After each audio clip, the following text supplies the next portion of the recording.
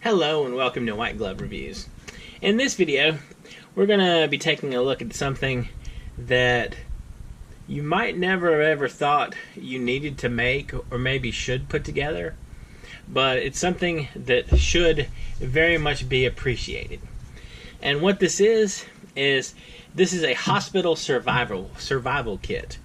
And it's not a survival kit intended for the patient, but it's intended for whoever the person is who's going to go with the patient.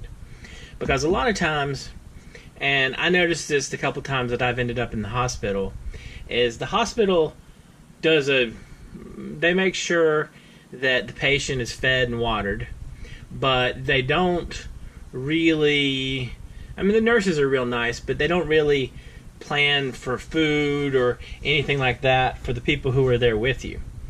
And what this kit is intended to do is it's intended to be something that whoever's going to go with you, if your hospital visit is more on the planned side than on the emergency side, it's something that they can put in their backpack or their purse or whatever, and it'll help deal with any of the little random things that pop up. Because a lot of times, and almost universally, the person who's with you, if it's a planned hospital visit, they're going to be nervous. They're going to be kind of just sitting around, sort of twiddling their thumbs, waiting to hear that you're okay, and that kind of thing, like if you have to go in for surgery. And so this particular kit is intended to help with the random things that pop up that oftentimes get neglected, especially if they're really, really worried. And this container, it's a lock and lock container. That's the manufacturer, and it's a pretty solid little plastic container. And this one is the 27 ounce. It's like 3.3 cups. And I'll include a link in the description if you want to check it out. And I really like the lock and lock containers. I know that for years I carried around, there's like a sandwich size one that's about this big. I carried it around in the front pocket of my backpack. And I kept like extra change and like just random stuff, dollar bills for the vending machine, that kind of thing. And just whatever else I happened to need at the time. And it's solid enough that it can get banged around and will survive pretty good. So let's take a look at what I think things you should consider for your hospital survival kit for the person going with you. And one of the good things about this particular container is it has these little, I don't know what you call them, wing things that basically lock down. Okay. Now, there's a couple of things. First of all, the first thing, and this might seem kind of weird, but the first thing that I recommend include, and I've included in the past, is I include some $1 bills, and I think I put a 5 in here. Basically, it's about $10 in just bills, especially $1 bills, so they can be used for a vending machine, and then change. And for the change, this is like $10 in quarters, and it's like 5 nickels and 10 dimes. And this is for vending machines, this is for parking meters, this is for whatever. Because invariably, if you end up somewhere like a hospital, you're going to need a drink, you're going to probably have to pay something for parking, there's going to be some kind of inconvenient thing where you're going to need the change. And I include the dimes and nickels because if you're going to include a kit that has change for drinks, you don't ever want to have a situation where the machine might require exact change and you can't provide it. And so, I include that. And so, the thing is, you include a little bit of emergency cash and drink money to make sure that whoever's with you can take full advantage of the vending machines at the hospital if they need to, and especially for beverages. Now, the next thing, and these are kind of like this is a customizable part, and what I recommend including is include a couple of just little things that can easily be eaten. They don't have to go anywhere.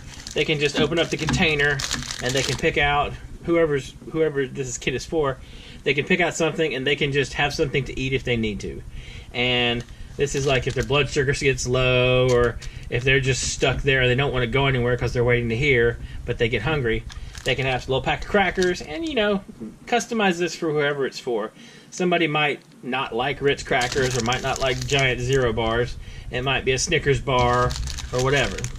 But just make sure you give them something that they can gnaw on, that's pretty neat, pretty tidy, pretty compact. I'd recommend something like beef jerky is another good choice, or like Slim Jims, something that's sort of individually packaged. They can eat it, they don't have to worry. Now, a hugely, hugely important thing is a phone charger.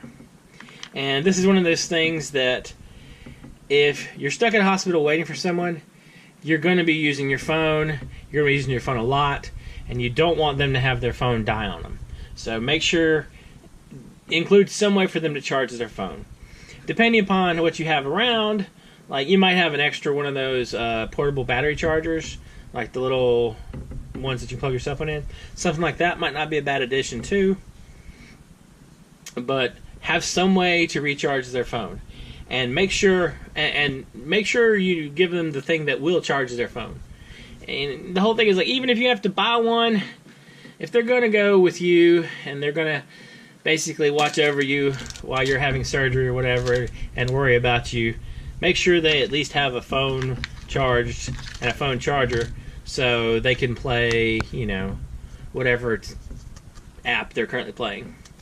Now, I included a little phone card, and this is a dummy phone card I made up because I was playing with my laminator. But what it is it's just a bunch of phone numbers that might be useful. And it's always a good idea to have one of these around anyway. And it might be a good idea to include one of these just so they can call somebody if they need to. And the other things in here, it's a little hand sanitizing wipe, which probably there's going to be plenty of hand sanitizer at the hospital, but you never know. It's always good to have some just in case. A couple of packs of pack of Advil, pack of Motrin, just some kind of headache stuff, and a few Band-Aids, and Neosporin, because it's always good to be safe. Now, the hospital should probably have Band-Aids and Neosporin, but sometimes you just don't want to have to mess with that, and they take up practically no space.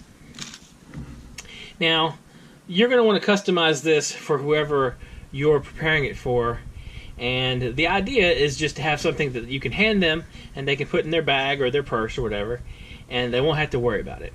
And if they decide to dig into it, then that's great, and it's wonderful that it's helpful. And if they don't, at least they had something in case.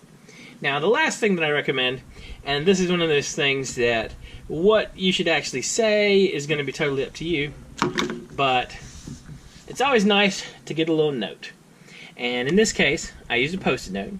And so you can say something nice like thank you, depending on who it is. Or if it is relevant, you can say something nice like I love you. Or if it is one of your siblings, you can say something like this. And that's about the sentiment that, Anyway. So, included a note that's appropriate for whomever is going with you, or whoever's going to the hospital. I'm going with to the hospital.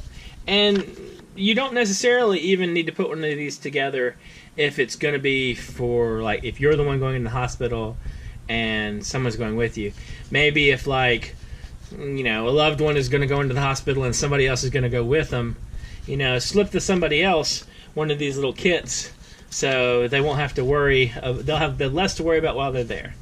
And it really, being in the hospital is bad, but I think a lot of times it's almost harder on the loved one who's with you because they have to see whatever suffering you're going through.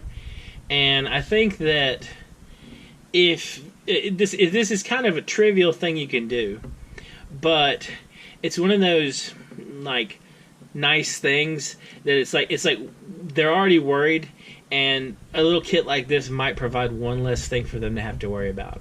They might not have to figure out, they might not have to go down to the break room when they're super worried, or the vending machine room when they're super worried waiting for you, but they're just so hungry they can just, eat the Zero bar you put in their kit instead. And it just might, there's not a good way to fix the situation of having to wait on a loved one in the hospital, but maybe it makes it marginally less awful, and that's actually an accomplishment. Anyway, I don't know. let me know what you think. If you can think of any extra things that would be great additions to this kind of kit, let me know in the comments. And if you think it's a good idea, bad idea, awful idea, let me know. If you've enjoyed this video, please like and subscribe, and I hope you all have an excellent day.